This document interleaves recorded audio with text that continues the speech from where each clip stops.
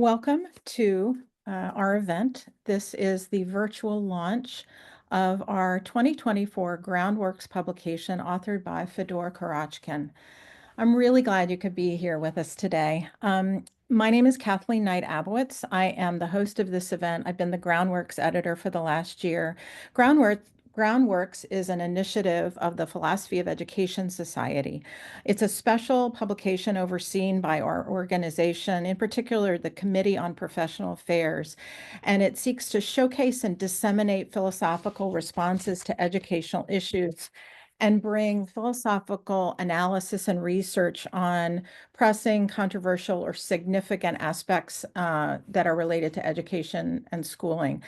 So each year, COPA, the committee COPA, and the Groundworks editor work to choose a paper from the PES annual meeting papers that are chosen and work with that author to create a shorter paper based on that paper, but written for a wider and more generalist audience. And so Fedor Kurachkin's paper, Systemic Indoctrination, Lessons from the Decline of Democratic Education in Russia, was selected as this year's Groundwork paper. That paper is now available and free to download on the Groundworks website. As are all the Groundworks publications that have been published by the Society thus far in the history of this initiative. So let me introduce Fedor and then our panelists. Fedor is a scholar and educator specializing in educational theory and political philosophy. He's an affiliated researcher at the Center for Independent Research, Social Research in Washington, D.C., and the Independent Institute of Philosophy in Paris. He received his PhD in philosophy from the Herzl University in St. Petersburg, Russia, where he then served as professor of philosophy and of media technologies until 2022. He has since served as a visiting researcher at Cornell University, as well as two universities in Germany, Bielefeld, and the Catholic University of Ingolstadt, both in Germany, as I said. His research is engaged with topics of ideology, propaganda, indoctrination, and the transmission of ideas in education.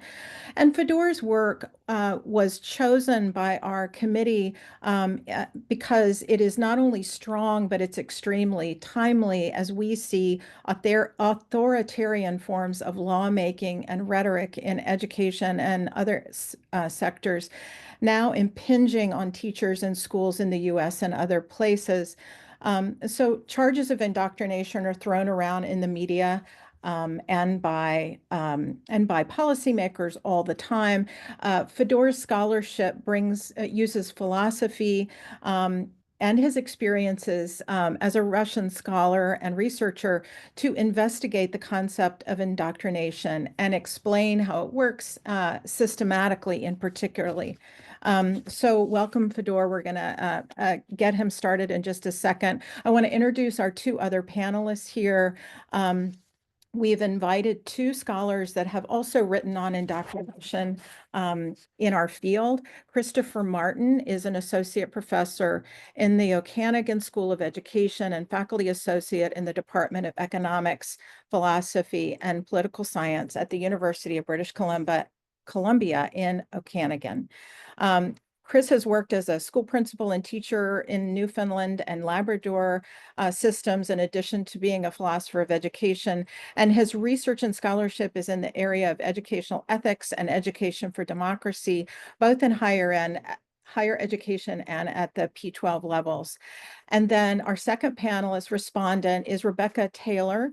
She is an assistant professor in Ed Policy Organization and Leadership at the University of Illinois in Urbana-Champaign. She's the program director of the Philosophy of Ed program there and serves as editor of Educational Theory, one of the leading journals in our field.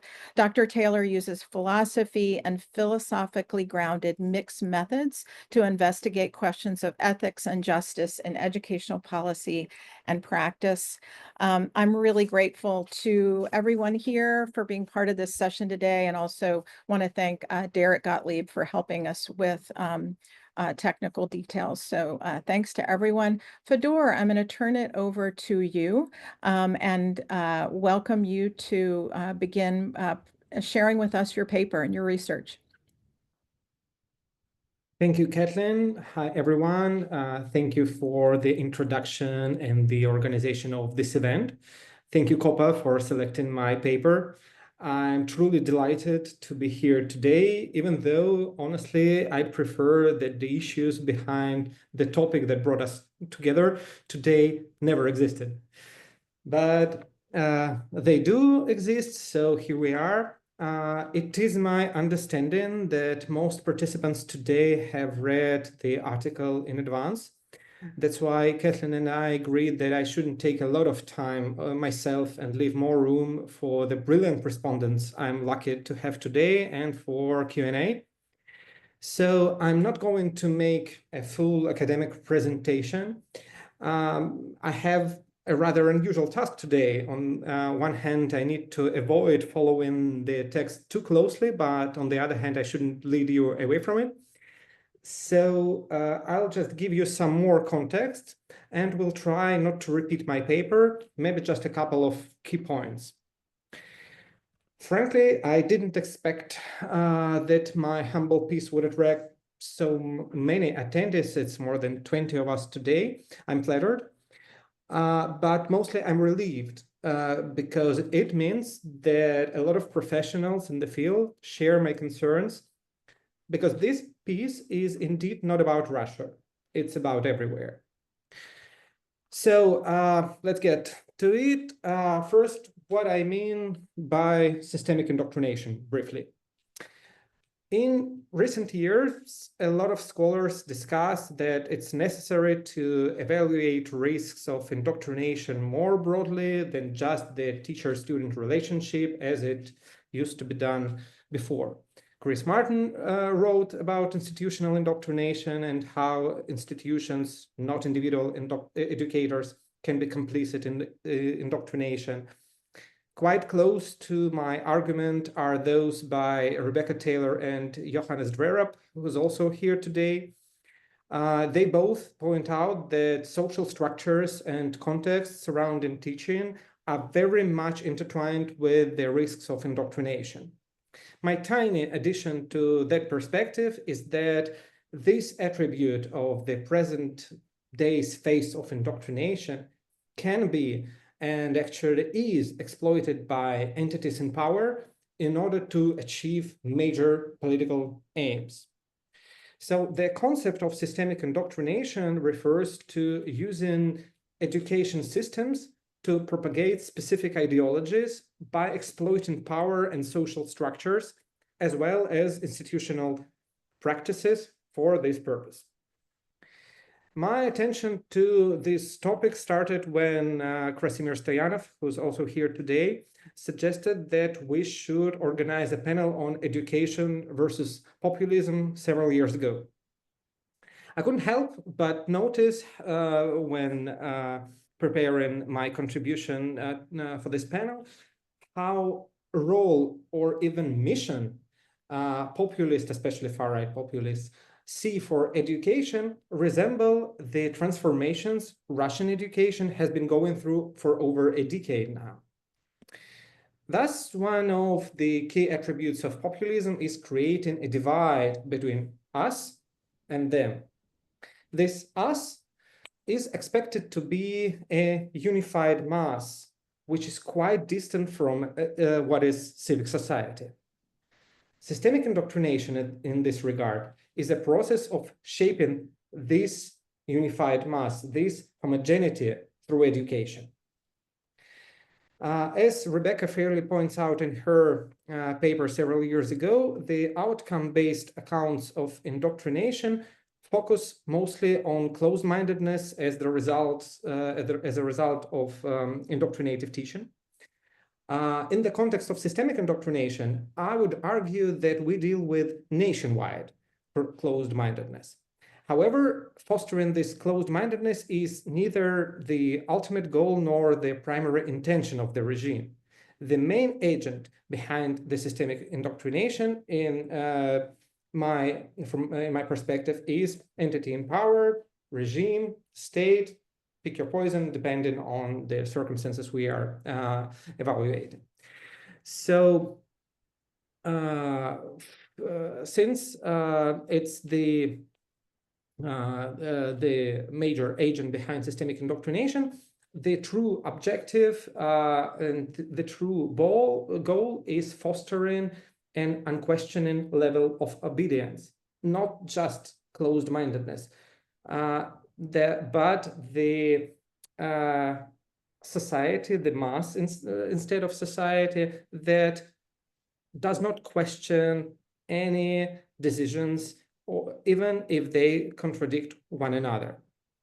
The most concerning aspect regarding philosophy of education here is that educators within the systemic indoctrination may sometimes be unaware of their role in this process. So one of the crucial points for me is that initial stages of systemic indoctrination can be barely noticeable. The decline of democratic education that we witnessed in Russia didn't happen overnight.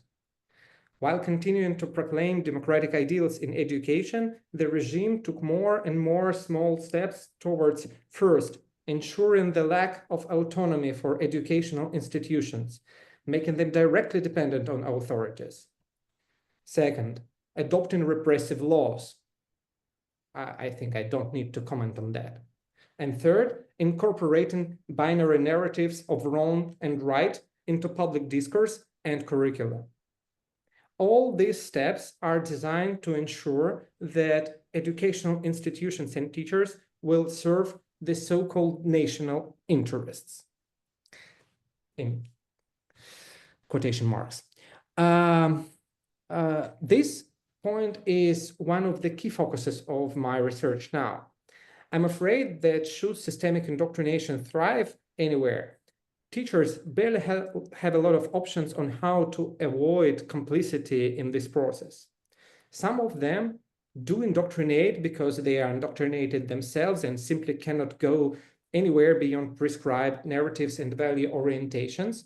This is what I call unintentional indoctrination, or rather one of the possible instances of unintentional indoctrination, because both Rebecca and Chris discussed the other case, the case of Mr. Wilson. I won't talk about it now. So one group of teachers can be part of this unintentional process because they are indoctrinated themselves already. The other part are not indoctrinated. They try to do their best to avoid fostering closed-mindedness and the ideologies that are propagated by the state, but still don't or simply can't do enough to prevent the outcome of closed-mindedness that shapes outside of their classroom. This is what I call indirect indoctrination. Rebecca frames indoctrination in general as, I quote, complex system of teaching in which actors with authority contribute to the production or reinforcement of closed-mindedness, end of quote. Indirect indoctrination is a case, in my point of view, of reinforcement of closed-mindedness. It's plausible to assume that when it comes to teachers' complicity in systemic indoctrination, this latter type is the most frequent one. The state or other entity in power can't quickly brainwash all the teachers. However, it can ensure that those who oppose the regime and indoctrination as such wouldn't be able or wouldn't dare to openly counter this process in their teaching. In Russian case, to use a word war, referring to the full-scale invasion of Ukraine, to mention Alexei Navalny's name, etc. In my forthcoming PS paper co-authored with my colleague Polina Vasineva, I will discuss the precise methods dictatorships use to force dissenting teachers into compliance with systemic indoctrination. I don't write about this in detail in the paper we are discussing today, so I won't dwell on it too much, but I want to emphasize that creating conditions for unintentional and direct types of indoctrination is very beneficial for authoritarian regimes, especially in the digital age, with access to all kinds of information. Primitive brainwashing methods and direct propaganda hardly can be efficient with students today.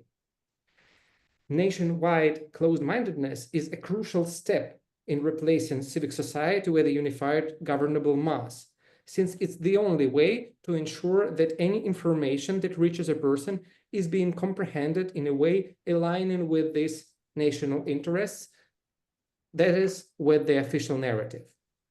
Now, once again, when it comes to systemic indoctrination, not just teachers, not just educational institutions, but our authorities or other entities in power should be seen as agents of indoctrination. Therefore, to assess the risks of indoctrination today, we should apply the criteria of indoctrination to all three potential agents, and first and foremost, not to the teachers, but to the major one, that is the state. In my paper, I refer to extended 6 criteria of indoctrination, including control, methods, intentions, outcomes, control, and basic content and basic value orientations. If we apply them to authorities, briefly, it can be described as follows. First, content, it differs, but we can think of some recurrent features inherent to regimes that seek to deploy systemic indoctrination.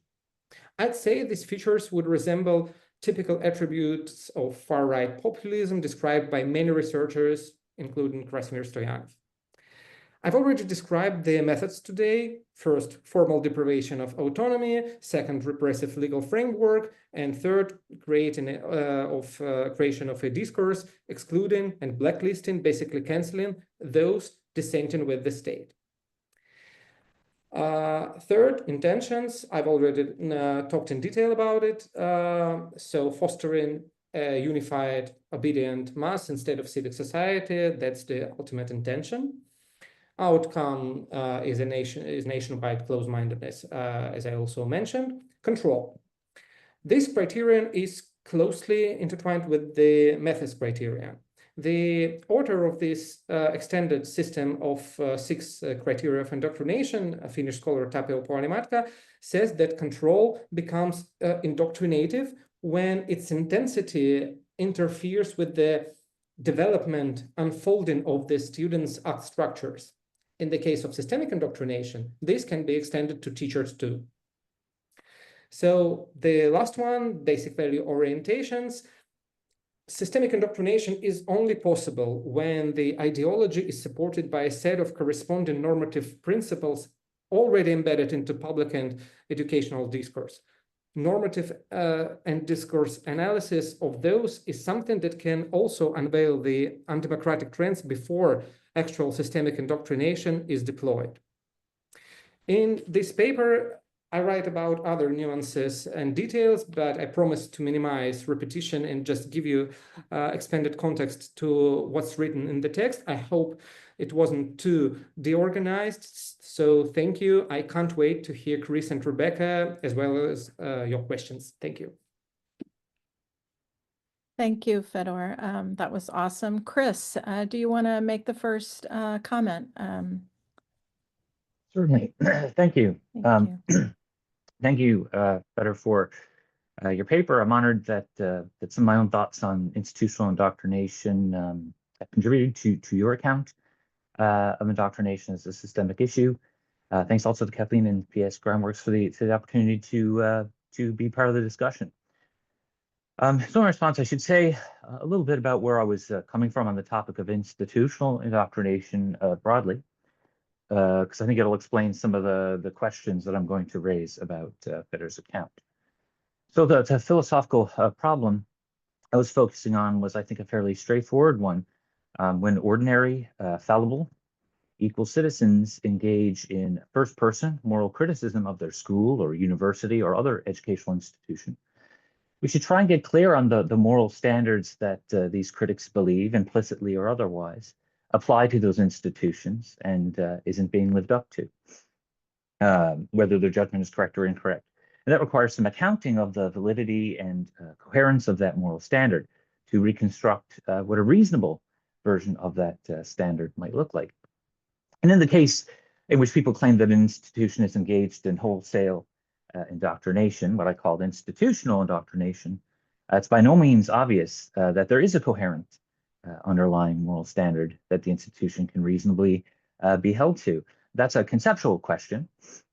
But its answer matters practically for institutional ethics. One thing that liberal democratic institutions are supposed to do, and that distinguish them from their authoritarian counterparts, is a willingness to entertain criticism, as well as to engage in honest self-criticism. That doesn't mean capitulating in the face of every random sling and arrow, but a reflexive or selective incuriosity about public criticism on the part of institutional leaders might signal the very dogmatism that it would want to deny. So to reiterate, the point here is that I think the payoff for a concept like institutional indoctrination is that it should help citizens and institutional actors alike reflect critically or self-critically about their institutions in the first person sense, and not from the perspective of someone outside of that society necessarily. Now, the problems that Kroschkin identifies in his paper are much more, I think, serious, far-reaching and consequential. He casts a wider net over a much more troubling problem, and he should be commended for it. Part of the challenge, I think, to understanding the times we live in is that much of what's bubbling up, talk about authoritarian systems and spheres of influence and mass society and populist movements and ideological correctness and on, is it all sounds very 20th century, and the 21st century resurrection of 20th century themes and ideas feels abstract and sometimes a bit disturbing. It really does seem like we're in the thick of it now, and the global order is moving into uncharted territory so rapaciously. I think that it resists easy conceptualization. And it's for this reason I actually think that Kroschkin has done us a great service, which is to show us how a concept like systemic indoctrination can shed light on our shared circumstances. And those circumstances, I take it, are the following: a world of near limitless information and communication, what our Russian textbook author mentioned in Fedor's paper calls a hyper informational era. Kroschkin extends the concept of indoctrination to cover systemic cases by way of illustration, anticipating how an authoritarian regime would go about resolving the problem of political authority under these new hyper-informational conditions. These regimes need to establish rule over an undifferentiated mass, so-called, of people, despite the fact that unlike 20th century institutions, it's nearly impossible for his or her state to control what its subjects read or hear or watch. Systemic indoctrination, he warns, is a state-managed simulation of democratic free thought in which, to give but one example, inconvenient facts are never overtly suppressed, but gently reframed as illegitimate narratives, so as to ensure that those facts will be stripped of any potentially regime-disrupting cognitive content. The case that Kroschkin asks us to consider, Russia under Putinism, shows how a system could harness hyper-informational context in order to further its national interests. Now, it seems clear that at a global big picture level, the concept of systemic indoctrination can do important critical work, help us see where 21st century authoritarianism could look like or where it could be headed. However, Kroschkin also notes that while the Russian example can't be uncritically generalized to other national systems, the conditions that could enable systemic indoctrination can be found in countries potentially such as Canada and the United States. After all, the concept of systemic indoctrination is not just a list of 6 features characteristic of 21st century authoritarian indoctrination. Rather, there are 6 criteria that presumably could be used to evaluate most any national system, including liberal democratic ones. And we should be on the lookout for similar trends. On this, I agree. Now, one could object, right? Say that the concept of systemic indoctrination with its authoritarian overtones just don't apply to liberal democracies, that it would just be a category mistake to try and apply them. But why should we assume that? After all, liberal democratic regimes are also part of this same hyper-informational context.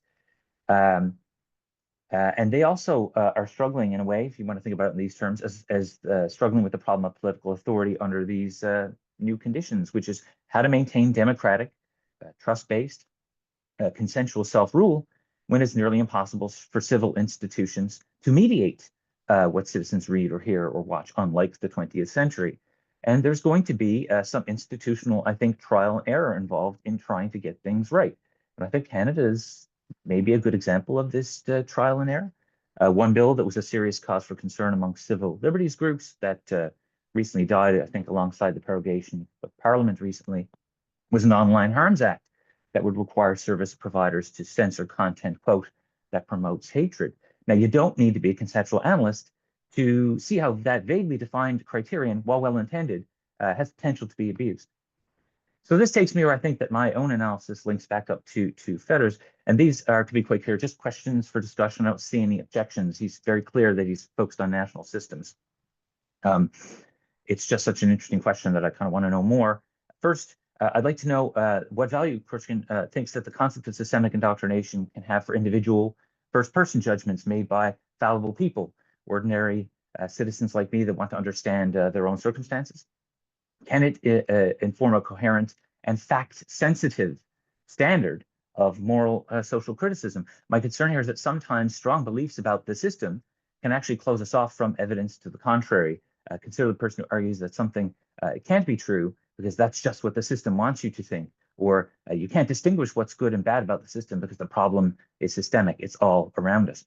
And since systemic indoctrination seems to be a criticism of the entire infrastructure that we rely on to understand ourselves and each other, from heads of government down to the classroom, it might encourage a kind of conspiracy-oriented closed-mindedness on the part of the critic.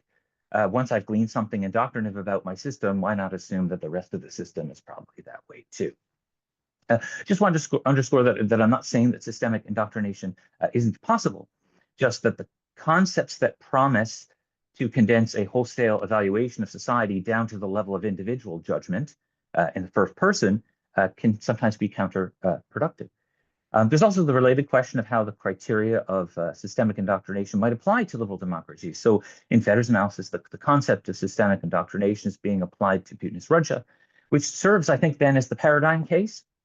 That's the right, I think, analytic move to make.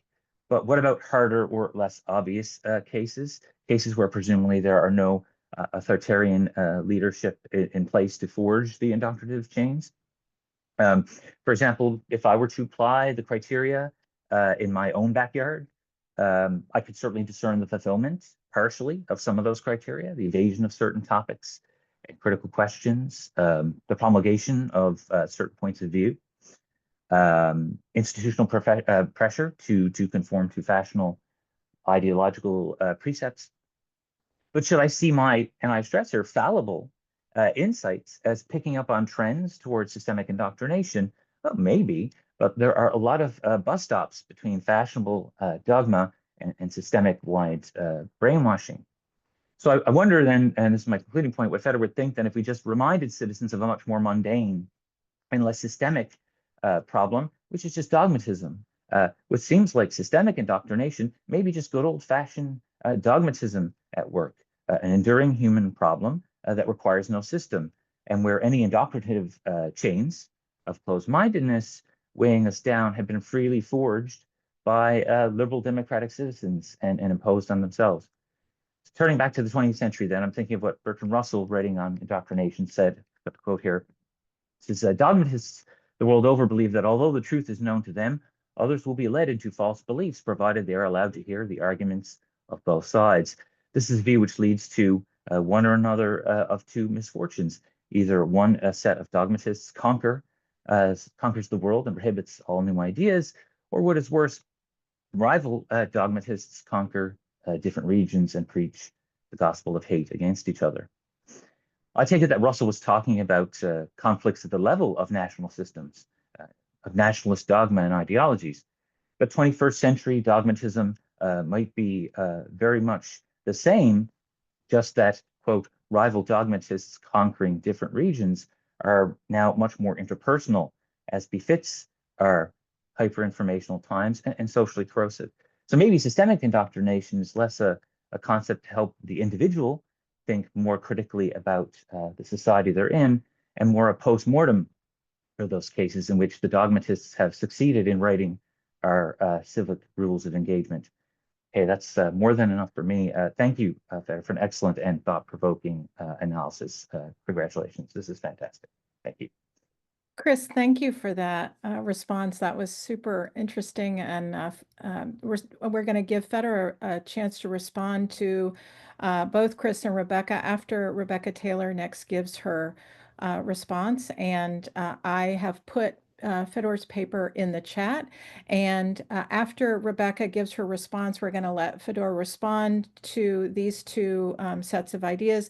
And then we're going to open up the floor for your questions. You can put your questions in the chat. They are visible to the panelists and to me, but they are not visible to everyone. So feel free to log your questions on whenever you want, and we'll take them later on in the forum. But Rebecca, if you will. Great, thank you. I'm just going to pull up some slides.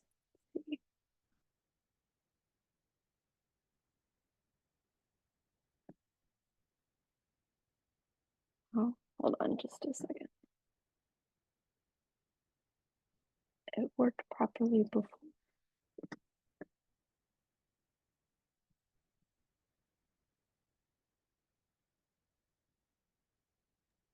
While you are doing that, I can say that this is precisely the topic I'm working on right now. So I'm really, really excited about your upcoming response.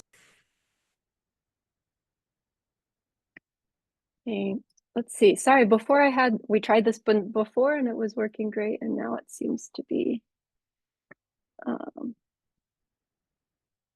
Just let me see.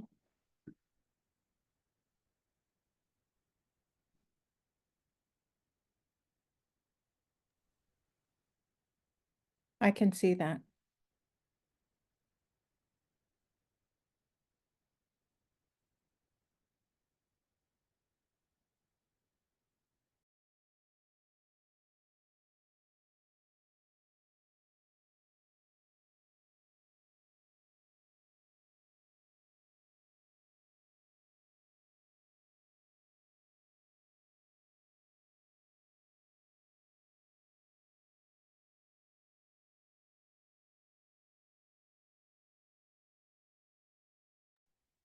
I believe that Rebecca is frozen here for us.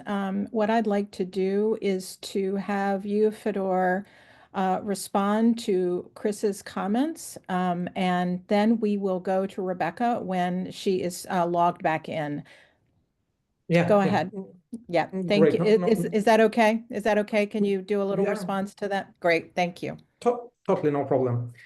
So, Chris, thank you so much for your response. I think that it's even more thought-provoking than the original piece you were responding to. So, I believe that there are three questions. At least I can identify three of them. First, can we use the concept of systemic indoctrination? Can we apply it from an individual perspective? So I think, in your response said something like the payoff of the notion of institutional indoctrination is that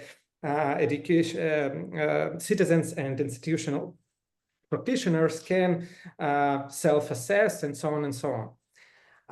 To that extent, I'm not convinced that the concept of systemic indoctrination, at least as for now, is that useful.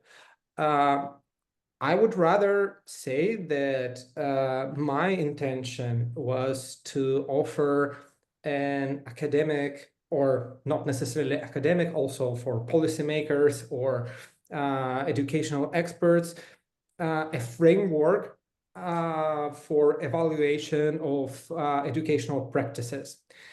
Say, Amy Goodman, in her Democratic Education, discusses a lot how educational boards and some other instances observing the education lack the clear framework for assessing educational practices. Therefore, some obscure and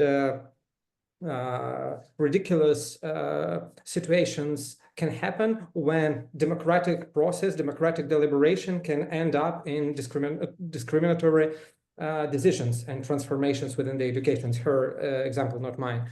So I would say that for citizens, I wouldn't say that systemic indoctrination is a useful concept as for now.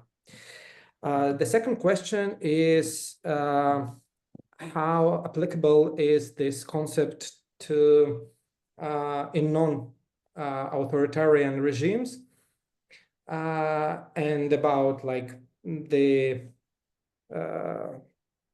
too big scale of this notion. I don't feel the concept of systemic indoctrination as this global and this enormous, because I try to say entities in power, authorities, sometimes regime, but I try to avoid saying that it's necessarily about the whole country, about the state.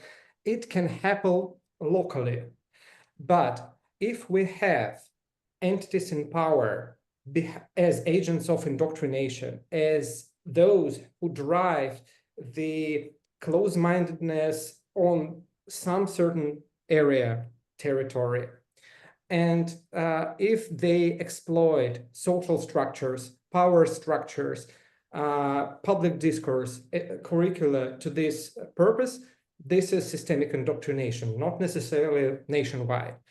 So example of Russia is for sure the most vivid one because it's nationwide, but the concept itself can be used in local communities as well, I think, at least. So the third question is about dogmatism, and I would say that we can start with asking why we talk about indoctrination in its classical, traditional dimension, not about dogmatism. So it's close, but it's different. So indoctrination, especially systemic indoctrination, especially indoctrination in 21st century, does not aim to simply convey certain doctrine or something like that as it is. It's not about transferring and preserving knowledge or certain agenda. It's about controlling the perspectives, controlling worldviews, and within this perspectives, a lot of knowledge can go in and out. So it's not about dogmatism, I believe. So thank you once again. Thank you for connecting my humble piece to such big topics like the face of authoritarianism in 21st century. I had no hope attempting to tackle issues like that, but thank you. Hope that answers. Rebecca, thank you, Fedor. Let's go to Rebecca, and then we'll go to Q&A from our, and then we'll have Fedor respond to Rebecca and then go to Q&A. Thank you. Yeah, thank you. So sorry. We were using an app to record the audio and that app crashed and kicked me out. And so we're gonna try again. And I'm not using that app, just as an FYI to Derek. Okay. So I just want to start by thanking Fyodor for your thoughtful and important paper and for engaging with my work and sharing your thoughts here today and in your writing. And thanks to the organizers for inviting me to participate. I'm happy to be here. I'm really grateful for this chance to think more about indoctrination. My own prior work on the topic stemmed from my experiences growing up in religious fundamentalist context in rural Appalachia in the United States. So it's a quite different social context from the one that you're exploring here. And I think it's been really fruitful for me to think about the topic across the type of context that I originally was thinking about and the ones that you're exploring. See if I can make this.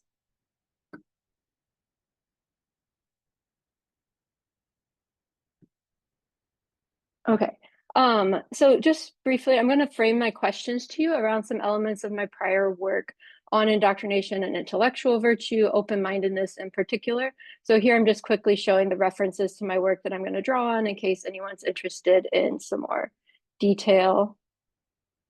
Some questions that I'll explore are first the conceptual, what is indoctrination, and then considering moral responsibility for indoctrination, which are both ones that you've already been discussing. And then how do the answers to these questions change when considering the type of systemic indoctrination you're interested in, or something like totalitarian political indoctrination. So as I think you quoted this directly, I've argued that indoctrination is properly defined as a teaching system in which actors with authority contribute to the production or reinforcement of closed-mindedness. The teaching here, in my view, could take place in different contexts. It could involve formal education systems, or it could happen outside of those through other social systems. But this model, my goal with it is to emphasize the role of social context in the the role of social context beyond the dyadic relationship between the individual indoctrinator and indoctrinated person, with the idea being, on my view, that all indoctrination is occurring within social systems. So in one sense, it's all systemic, to the different use of systemic than the way you're developing it. Okay. So drawing on systems theory, a teaching system, whether it's formal or informal, has several components, inputs that combine with processes to produce outputs, and then a feedback loop about how those elements are combining together. And in my work, I've argued for two necessary conditions for indoctrinatory teaching systems, which you've referenced, that indoctrination produces closed-mindedness as that outcome condition that's similar to what you and others have identified. And then second, that it has to be the product of a system that involves an asymmetry of authority between indoctrinators and those being indoctrinated. I've argued, agreeing with some prior work, that there aren't any necessary input conditions and that the intention to indoctrinate is not necessary, as these can vary across cases of indoctrination. But that risks of indoctrination are higher in social systems in which political or religious orthodoxies have a strong hold and people aren't exposed to a diverse array of perspectives, or where there's an intent to indoctrinate. And all of those like higher risk factors seem to be present in the case that you're exploring. So on my account, all indoctrination is systemic in the way that I'm using that term because of the fundamental social nature of knowing. And indoctrination is about teachers and other actors in these social systems using their authority to either intentionally or unintentionally produce closed-mindedness.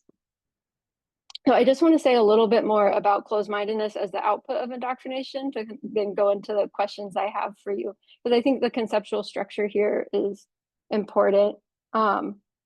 Framed within virtue epistemology, in which intellectual virtues are identified by their characteristic psychology, closed-mindedness can be defined as lacking the motives to pursue knowledge and understanding that constitute open-mindedness. So it's a vice opposed to open-mindedness.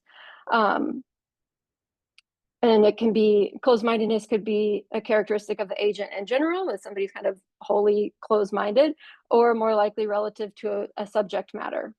And then applying that to indoctrination, this means that the indoctrinated person lacks the general motive to pursue knowledge and understanding about the topic of the indoctrination, and they lack the specific motive of open-mindedness to give due regard to evidence and argument in that topic area.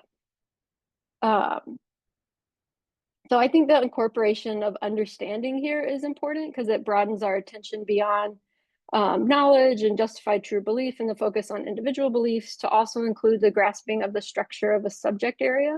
And I think this better captures the concern in indoctrinatory teaching systems.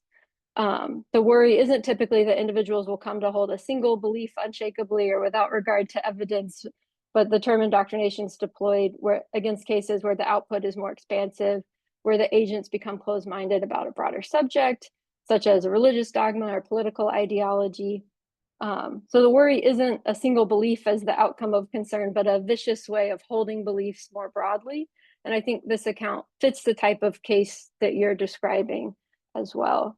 So to combat indoctrination understood in this way, I'd argue that we need to understand how social systems function to impact individuals' epistemic motivation. And in the context of schooling systems, that we need to identify what methods and inputs could help educators foster open-mindedness rather than closed-mindedness about the subjects that they're teaching. So I understood your paper as really helpfully expanding on the variety of systemic forms that indoctrination can take. Though as I mentioned, I recognize we're using that term systemic in different ways.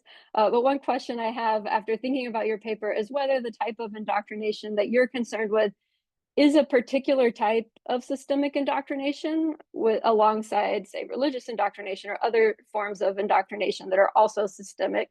And if so, do each of those types have some further necessary conditions to count as that type?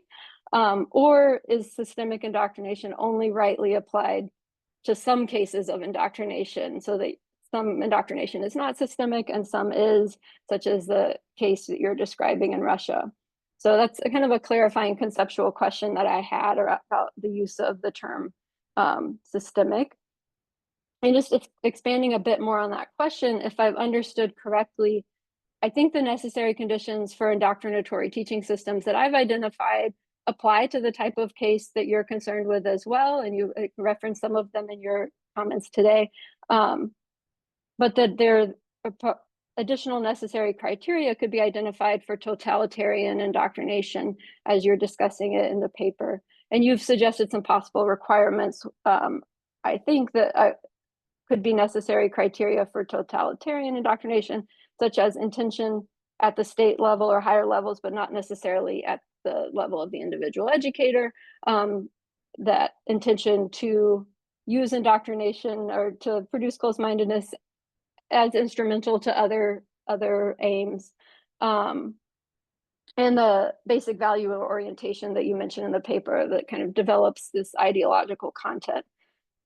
So I'm interested to hear more from you on which of these you see as necessary for the case of indoctrination to count as the type that you're describing, and is it accurately described as a subtype of systemic indoctrination, which is what I'm suggesting here, or would you want to make a different type of distinction there?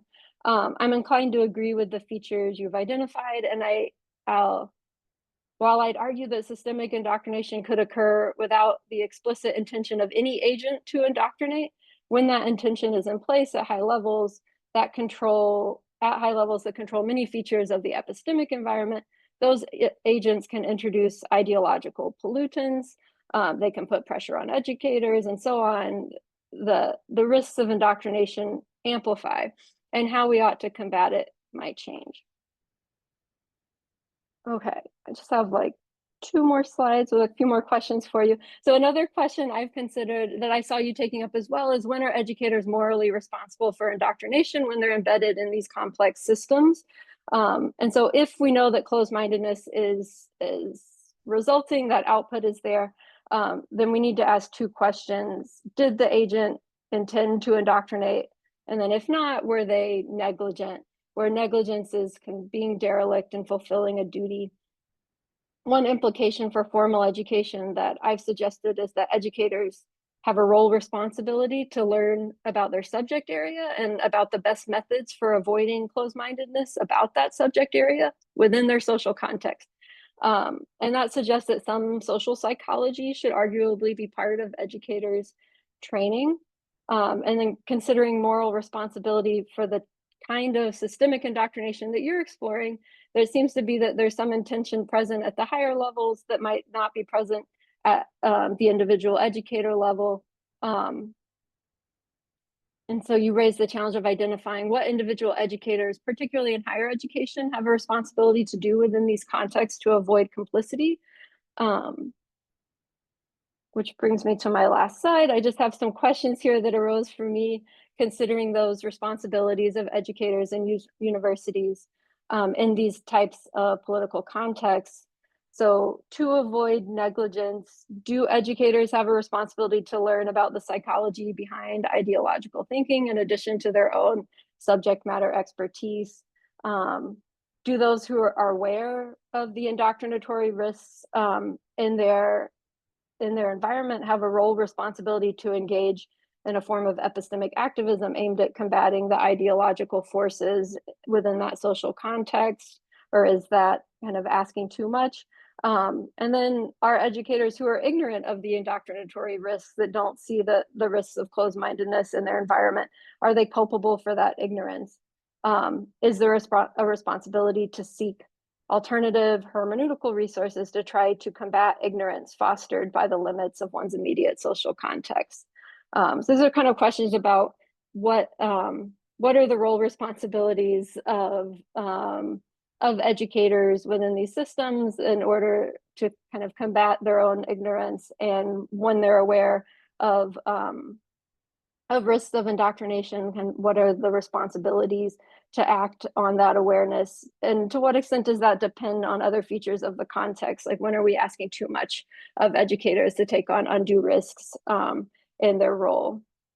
So I don't have, I'm not going to propose answers to those questions, but those are some further questions that arose for me in thinking about your paper. And again, thank you for your really thoughtful and timely, important paper, and for engaging with my work on indoctrination as well. It's been fruitful to think about with you.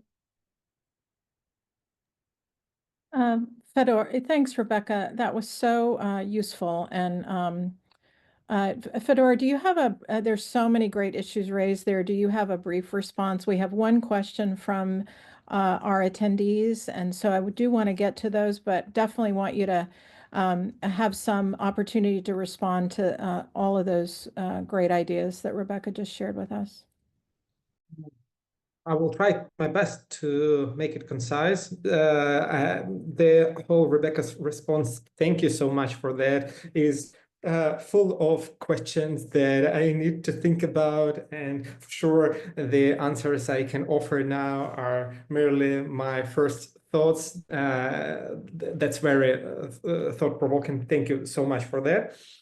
So I think that I can also see the question from the audience, and I think that one of the answers I got for Rebecca relates to that issue too. So first, about Fedor, let me ask that question, and yeah, then sure, you can sure. continue. So our question here is, for me, the question remains unsolved, whether systemic indoctrination necessarily presupposes authoritarian government, even at the level of local communities, or whether it could occur also in liberal democratic contexts. So go ahead. Yeah, I will address that a bit later. First, what Rebecca said about closed-minded people and their lack of general motive to pursue open-mindedness, knowledge, critical approach, and so on and so on. I would say that at least my observation of Russian version of systemic indoctrination implies that it works in a different way.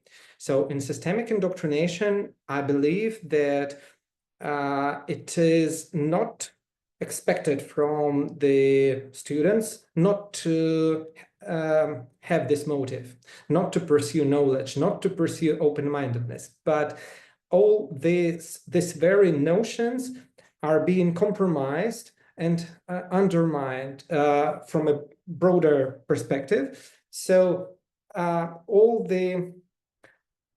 it's more like pedagogical stuff, but if we look in detail in how Russian ideological disciplines work now, there are several strict ideological disciplines now in Russian education.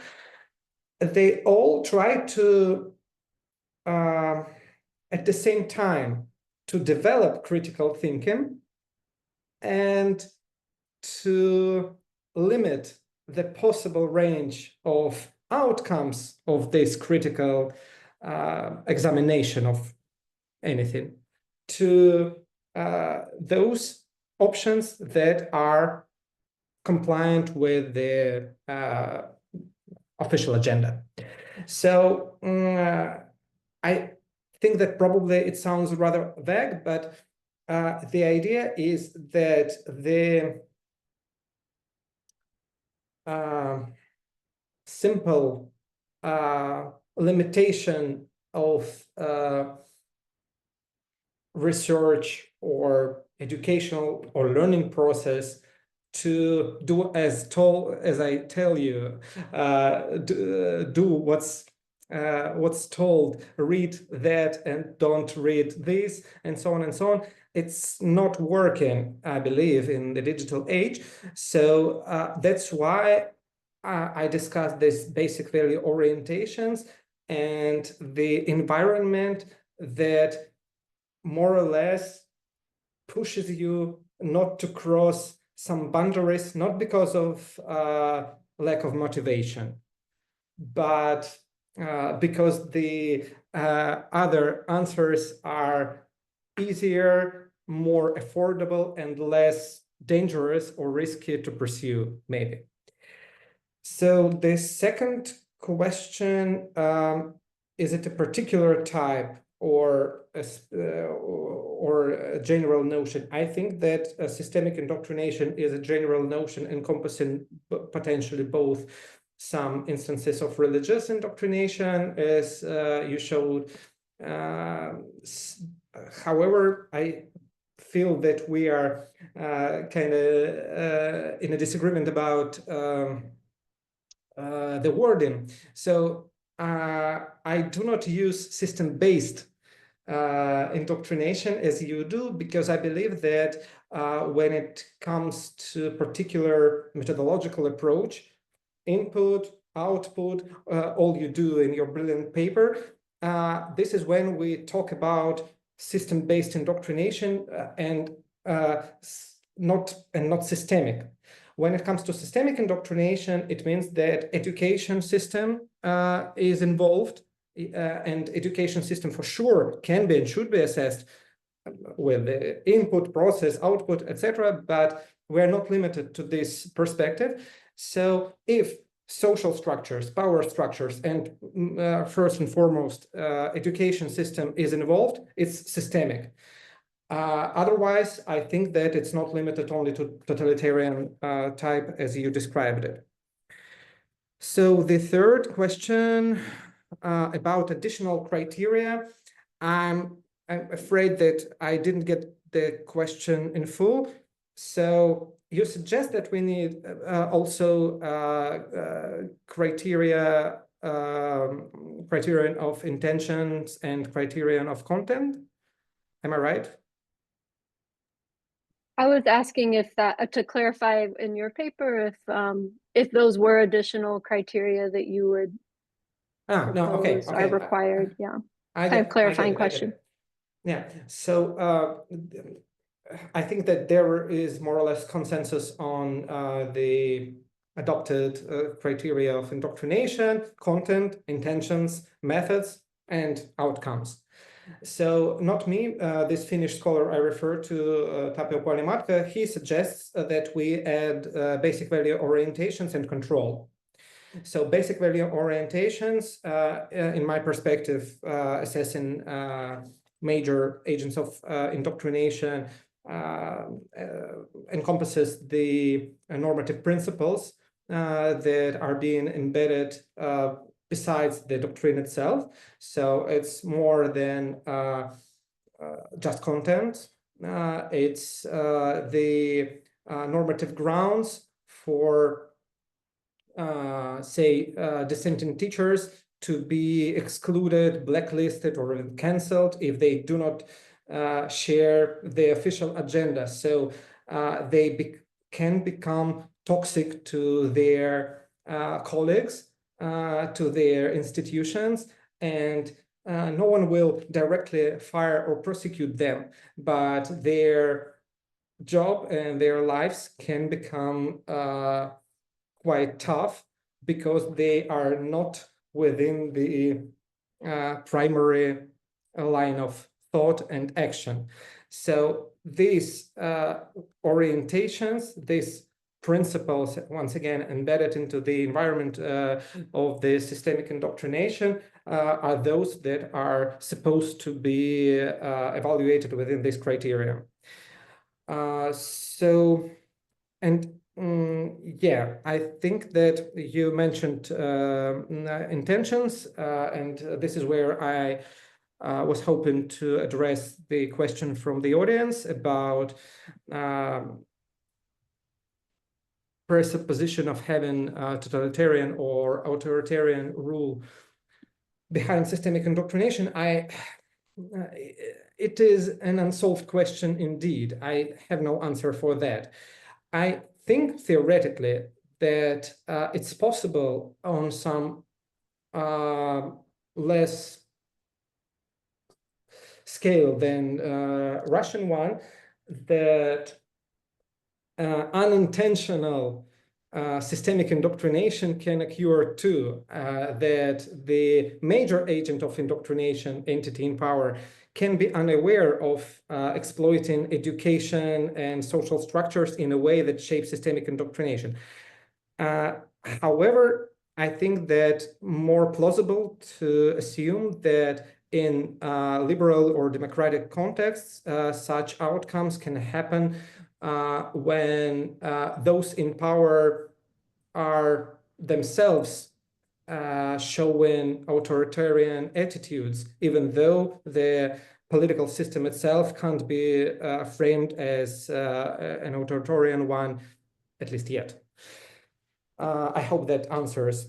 So yeah, the final part of Rebecca's question, just like briefly about psychological education, I don't know. About activism, I would say not necessarily. I wouldn't expect from educators and teachers to solve all the problems in the world. So it would be like too much to ask from them, from my point of view. But being aware about those risks and mechanisms, yes. So if you ask me, are those ignorant responsible? Yes, they are, because they are ignorant. So being ignorant, from my point of view, is makes teachers responsible. Not sure about accountable. So there's a great question in the chat that I have just put in our chats because it's long, so you can read it. But it has to do with protecting educators in the current environment. And so I wanted to just put this question up for you to see that this is a question about undue risk to teachers in this environment, the pressures of fidelity in terms of teachers following a script and following the rules of the curriculum. And then, so this is something that's really dominating a lot of teacher regulation, particularly in the US. I don't know about other places at this point, but in effect, a lot of teachers are more and more required to follow just one point of view. And so what is our responsibility to support teachers, either as parents or as educational leaders or as people preparing teachers or teaching teachers? Fedor or anyone else, do you have any responses to this question? I don't have like a satisfactory one, I think, but this is what I'm preoccupied mostly right now. So the work I'm doing right now is about trying to describe the responsibility and accountability of teachers within systemic indoctrination. So as I said at the end of my response to Rebecca's response, that ignorance pictures draws them responsible, but I'm not sure how accountable. So this problem, Rebecca also writes about it, the diffused accountability when it comes to system-based systemic indoctrination. It's a huge question, and for sure it's the easiest way to blame teachers first and to blame teachers for all of it. However, for sure, it's not a satisfactory response to these challenges. And answering directly to this question, what can we do and what's our responsibility? As scholars, our responsibility to raise these questions and to discuss them in the way that we do. I hope that's the least that we can do within our professional framework scope. Anything to add from Chris or Rebecca?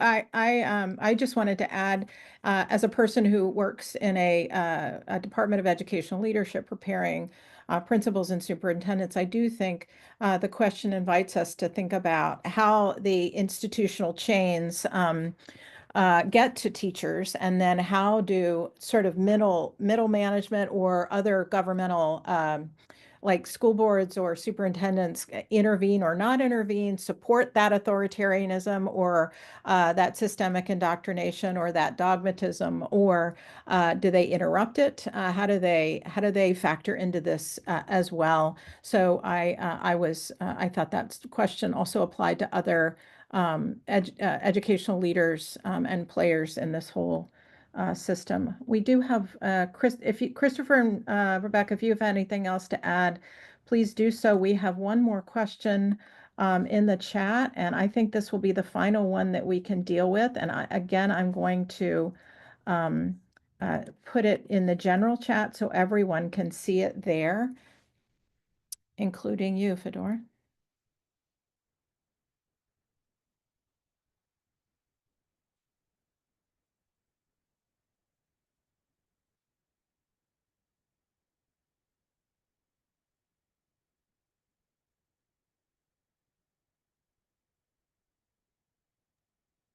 Okay, this answer I can give you right now. Please forgive me. It sounds like marketing, but it is not. I hope to give you an answer in several years. Chris, Krasimir, Johannes, and a few other colleagues are hoping to pursue a project on systemic indoctrination, and one of the aims of this project is to have an answer for this question, because this is really, really threatening. And for sure, we can see in Russia that no system is abuse-proof. So if entities in power aim to weaponize education, to deploy systemic indoctrination, it can be done easier or less easier, but it can be done. So we for sure need to prepare future educators to be critical and so on.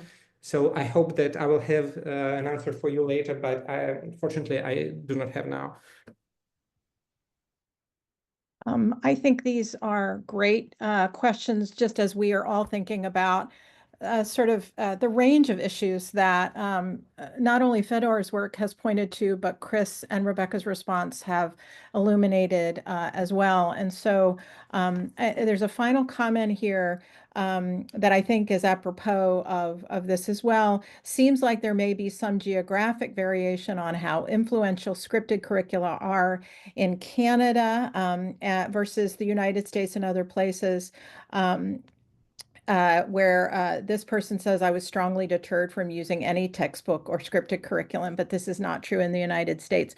So the regional and national variations on this are very important to be paying attention to, which I think was really pulled out in Fedor's responses to the respondents as well. And so let me ask if there are any final thoughts from anyone, from Fedor, from Rebecca, or for Chris. I, for one, think that together the responses and the paper really examined the complexity and gave us even more things to think about and maybe write about in future research. But any other final comments from our group here?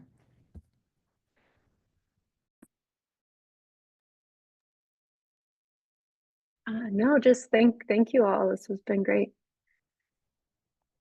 Likewise, thank you. Appreciate the questions.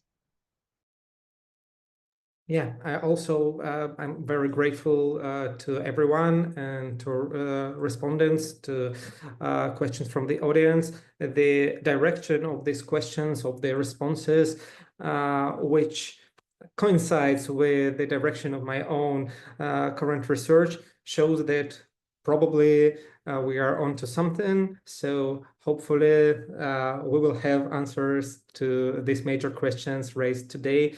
Thank you everyone for engaged, and thank you Katin and Kopa once again for selecting my paper and for organizing this fantastic event. Thanks, everyone. I want to thank COPA as well. And I also want to encourage folks to check out the Philosophy of Education Society. The way we did this work is very much the way that philosophers do research, write papers and make arguments, and then have responses to try to strengthen the arguments and question the arguments. That's part of our process. And so we invite folks into our society, and to our meeting this year is in Baltimore, Maryland, and would love to have more people involved with our work. Please check out the other Groundworks papers that are on the Groundworks site at PES. And thank you so much, Fedor, for writing such a great paper and sharing it with us today. Thank you, everyone, for being here today.